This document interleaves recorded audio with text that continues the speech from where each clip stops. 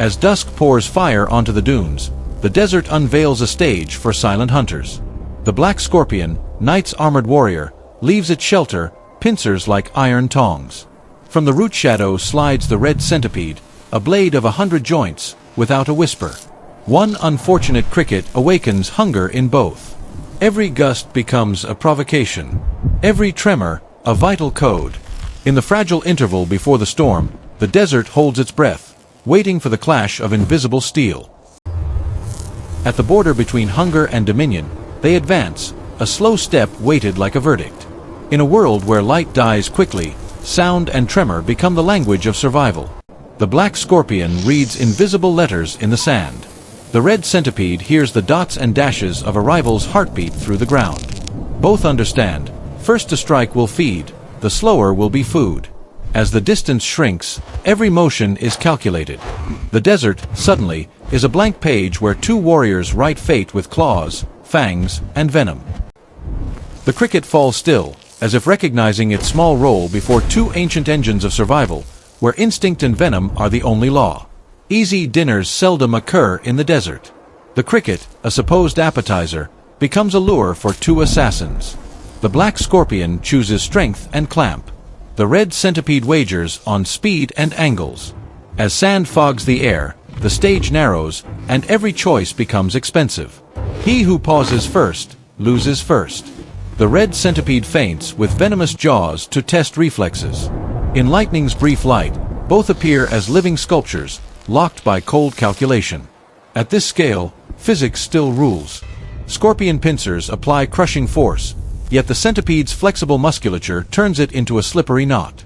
With grips jammed, the battlefield shrinks to a few lethal centimeters. A rushed sting would be wasted.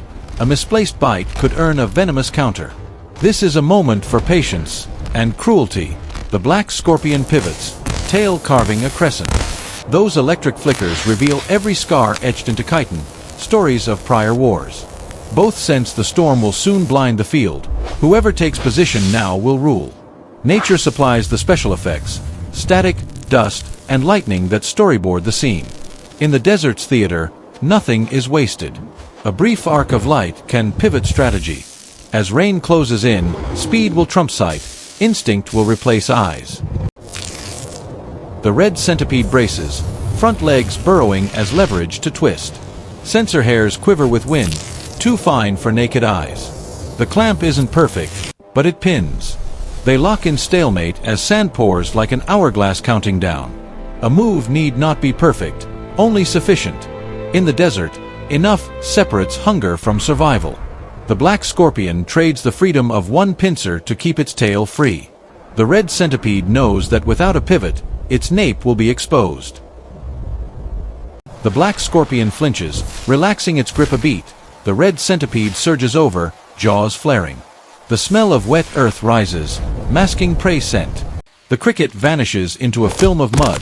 The battle is now predator versus predator. Rain favors no one. It removes the shared target and reveals true motive. With the scent of prey erased, dominance speaks. Now it is not dinner, it is territory, and the right to move through the storm.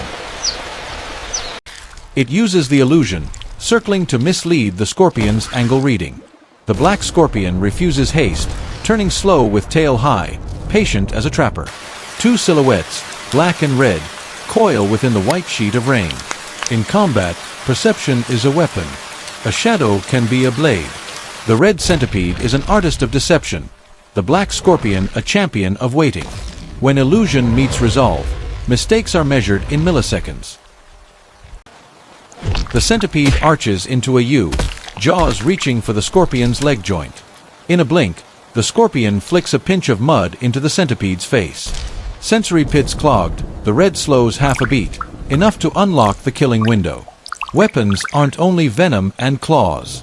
Earth, water, roots, everything can become leverage. Ancient fighters know how to borrow nature's hand. One slowed breath, and the balance tilts. The red centipede recoils, body shuddering like a plucked string. They face off through rain, panting, water streaming down armor. This strike is not to kill, but to speak. I can. The stormed night opens its gates for the decisive rounds to come. A touch is enough to write a warning. Venom is saved for the final letter. The trial is for the will. The two warriors step back and redraw the line. The rainy desert night, like a war drum, has sounded. The sky splits with a dry crack of thunder. This is no longer mere instinct, it's ritual, life proving itself against erasure. Nature spares no weakness. As water surges, hunter and hunted become soldiers of survival. Beneath thunder, their mirrored forms are not enemies but twin faces of hunger. Sand, rain, and lightning score a nocturnal symphony where each motion writes fate. Water explodes like shattered glass. The forces collide with a metallic ring. The current carries mud and thinned blood. No boundary remains between flesh and flood, water and venom. This is no longer combat but dissolution, strength, instinct, and the elements. Each impact pens a brief desert myth. The centipede lunges, the scorpion parries, and water rewrites beams of light. Pinned at the ledge, the red centipede bites the scorpion's leg. Venom seeps, faintly phosphorescent in the rain. The black scorpion convulses silently yet holds. The wound burns, shimmering under lightning, a strange radiance of chemistry and survival. Venom is the oldest language, spoken in pain and light. In the storm, their bodies become beacons of existence. Rain cannot quench it, it makes it blaze brighter. The black scorpion coils power low, tail lancing into the centipede's mid-back. A venom bead runs upstream through rain. The red centipede arches, vaulting and dragging the scorpion into the torrent. Water plumes like smoke, lightning carves them into fiery statues within rain. Each creature bears a weapon, but only the willing pay its price. When toxins meet, even water stings. The desert night becomes evolution's laboratory. Spent, the water blackens with red ink. The black scorpion heaves, thorax swells and sinks. The red centipede shivers, jaws trembling, back muscles ticking like a heart. Rain sounds like counting. Wind relents, leaving two metallic breaths, one warrior's, one waning spirit's. In the storm, life condenses to breath. Tactics gone, speed spent, only will remains. And will, even in small bodies, outshines lightning. A pocket whirlpool forms, drawing both in. The centipede coils around the scorpion's tail. The scorpion yanks back, knitting a death knot. They spin faster, a microcyclone of claws and segments. Water erupts white. At the core lives one motion, rage, instinct, exhaustion fused. Nature knows no fairness. It spins, grinds, and selects the remainder. In the vortex, titles die, survival alone persists. A dry crack, the scorpion's tail tip breaks. Venom drips, dissolving in the runnel. The black scorpion shudders but keeps its grip, sacrificing its final weapon rather than release. The red centipede thrashes off rhythm, painting arcs of blood. Sometimes victory is endurance, not attack. As the tail falls, resolve stands tall. True power is steadiness within pain. A single dry crack, then storm silence. Rain softens. The red centipede's body slackens, lightning gleams on mud-soaked claws. Night names a victor, but no celebration follows. Life's price is steep. The desert falls quiet as if no collision ever happened. Only a fragile warmth remains in the cold rain. In far lightning, the desert stands bare, battlefield mute, and the survivor learns to move on missing a part of itself. Life isn't free. Every scar is an invoice. The black scorpion pays with a tail segment and blood. In return, it keeps the night. Dawn will come, but before light knocks, the survivor pays again, in pain, in silence, in memory. Harmless beetle wanders across a faded blood trail. Life doesn't wait, it resumes. The scorpion lifts a pincer, closing on empty air, an ultra-slow rehearsal, a vow to be whole by dawn. The end of a battle is a comma in the desert's long sentence. The survivor will hunt with what remains, repair with time, and relearn how to touch the dark. The storm passes, the vow stays. The scorpion lifts a pincer, testing joints like a warrior cleaning weapons after battle.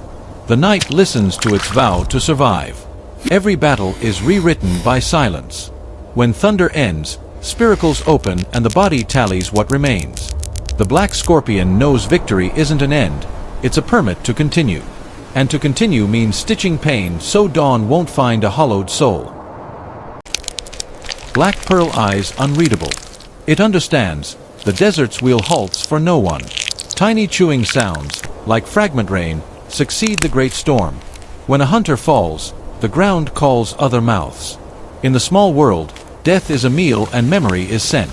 Each tiny jaw writes another line so nothing is wasted beneath the severe sky. Far off, an owl shifts its song. The scorpion knows the lesson isn't the enemy. It is how the body relearns itself. Adaptation is not loud.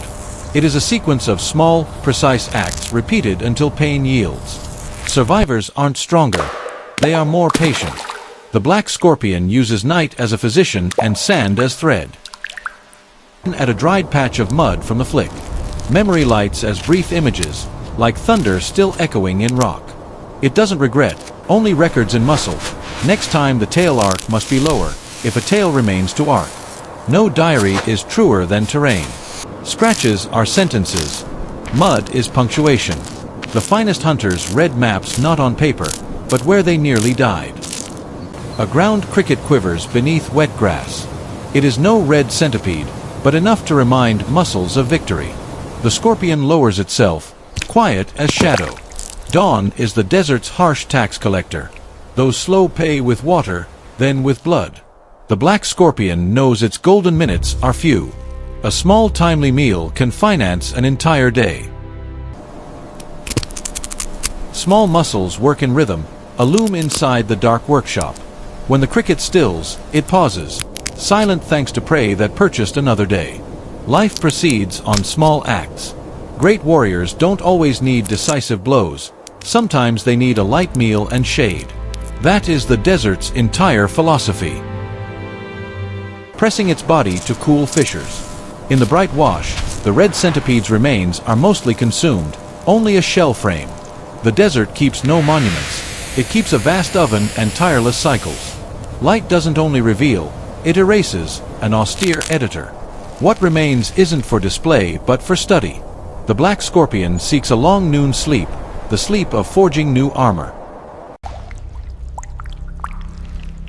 Then it all sinks, leaving a murmur of subsurface flow, Earth's voice saying everything continues, even slowly. No wound truly stops. It migrates into new habits. Beneath layers of rock, water seeps and time weaves tissue. Survivors don't wait for miracles. They're patient with their biology. It memorizes the body's altered distances, a map just enough to hunt again. On the stone, its shadow is shorter than yesterday, but sharper. Rebirth isn't molting, it's orbit change. When a tool is gone, the survivor turns what remains into strategy. The black scorpion understands. The coming night doesn't require perfection, only readiness. It looks back at the battleground, then toward the wide darkness. One deep breath, as if drawing the curtain. The desert sings not with thunder, but with a promise. The cycle goes on. An ending isn't a period, it's the next breath. One falls to ground, one continues as story. Here, legends need no narrators. They write themselves in sand and wind, with small beings that never quit.